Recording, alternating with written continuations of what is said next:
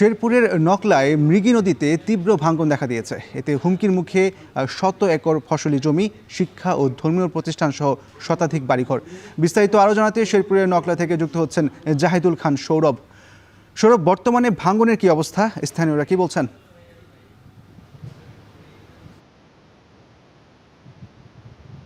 ইশতিয়াক, টানা ভারী বর্ষণ এবং পাহাড়ি ঢলে শেরপুরে মৃগী নদীর পানি বৃদ্ধি পাচ্ছে এবং এই পানি বৃদ্ধি এবং তীব্র স্রোতে কিন্তু এই শেরপুরের নকলার চন্দ্রকোনা ইউনিয়নের যে মৃগী নদী রয়েছে এটি কিন্তু ভাঙন আমরা তীব্র আকারে দেখেছি। তবে আমরা দেখেছি বেশ কয়েকদিন থেকে কিন্তু এই তীব্র ভাঙনের ফলে কিন্তু বেশ কয়েকটি বসত ভিটাও এই নদী গর্ভে কিন্তু বিলীন হয়েছে। আমি স্থানীয়দের সাথে কথা বলেছি, স্থানীয়রা আমাদেরকে জানিয়েছেন যে বেশ কয়েক বছর থেকে কিন্তু এখানে মৃগী নদীর ভাঙনের ফলে প্রায় ৫০০-রও অধিক কাঁচা ঘরবাড়ি এবং বিভিন্ন স্থাপনা কিন্তু নদী গর্ভে বিলীন হয়েছে। পাশাপাশি বিভিন্ন ফলজ, বনজ এবং পারিবারিক কবরস্থানের কথা তারা আমাদেরকে জানিয়েছেন।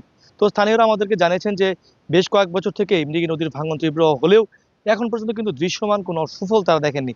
তারা বলছেন যে বেশ কয়েকবার এখানে উপজেলা প্রশাসন, জেলা প্রশাসন, পানি উন্নয়ন বোর্ড কিন্তু এখানে এসছেন। তারা বিভিন্ন সময় এইসব ভাঙন কবলিত এলাকা তারা পরিদর্শন করেছেন, কিন্তু এখন পর্যন্ত কিন্তু এখানে কোনো স্থায়ী সমাধানে তারা কিন্তু কোনো নির্দেশনা তারা কিন্তু পাননি। তবে এখানে স্থানীয়রা বলছেন যে এখন পর্যন্ত এই নদীর তীব্র ভাঙনের ফলে শেরপুরের যে নকলা চন্দ্রকোনা ইউনিয়ন রয়েছে, ইউনিয়নের চর মধুয়া এবং যে দধিয়ার চর রয়েছে, এখানে প্রায় ৪ কিলোমিটার জায়গা জুড়ে কিন্তু নদীর ভাঙন তীব্র দেখা দিচ্ছে এবং এই ভাঙনের ফলে তারা বলছেন যে বিশেষ করে এই বর্তমান সময়ে কিন্তু বেশ কয়েকটি প্রায় অর্ধশতাধিক বাড়ি কিন্তু একদম নদীর তীরবর্তী স্থানে রয়েছে। যে কোনো মুহূর্তে ভাঙন যদি তীব্র হয় এবং এইসব বাড়িঘরও কিন্তু অল্প সময়ের মধ্যে কিন্তু নদী গর্ভে বিলীন হবে। স্থানীয়রা আমাদেরকে আরও জানিয়েছেন যে এখানে শত বছরের প্রাচীন একটি মসজিদ, এখানে একটি কওমি মাদ্রাসা, মহিলা মাদ্রাসা, একটি কমিউনিটি ক্লিনিক এবং সরকারি প্রাথমিক বিদ্যালয় এই নদী গর্ভে রয়েছে। তারা বলছে যে যে কোনো মুহূর্তে কিন্তু এই স্থাপনাগুলো কিন্তু নদী গর্ভে বিলীন হওয়ার সম্ভাবনা রয়েছে।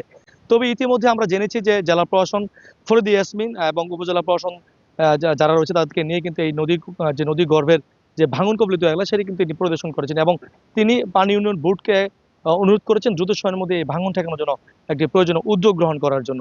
তবে এই বিষয়ে আমি পানি উন্নয়ন বোর্ডের সাথে কথা বলেছি। পানি উন্নয়ন বোর্ড আমাদেরকে জানিয়েছেন যে বিশেষ করে শেরপুরে যে সকল খরস্রোতা নদী রয়েছে, ভোগাই, সোমেশ্বরী, চেলাখালী, মৃগী, পুরাতন ব্রহ্মপুত্র, প্রতিটি নদীতেই কিন্তু ভাঙন দেখা দিয়েছে এবং তারা বলছেন যে তাদের যে যতটুকু বরাদ্দ ছিল সে বরাদ্দ কিন্তু শেষ হয়ে আসছে এবং একটি বরাদ্দ চেয়ে তিনি কিন্তু মন্ত্রণালয়ে একটি পত্র প্রেরণ করছে এবং সেখান থেকে যদি বরাদ্দ অর্থের যে বরাদ্দ সেটি যদি পাওয়া যায় তাহলে হয়তো নকলা মৃগী নদীর ভাঙন ঠেকাতে একটি প্রয়োজনীয় ব্যবস্থা গ্রহণ করা হবে।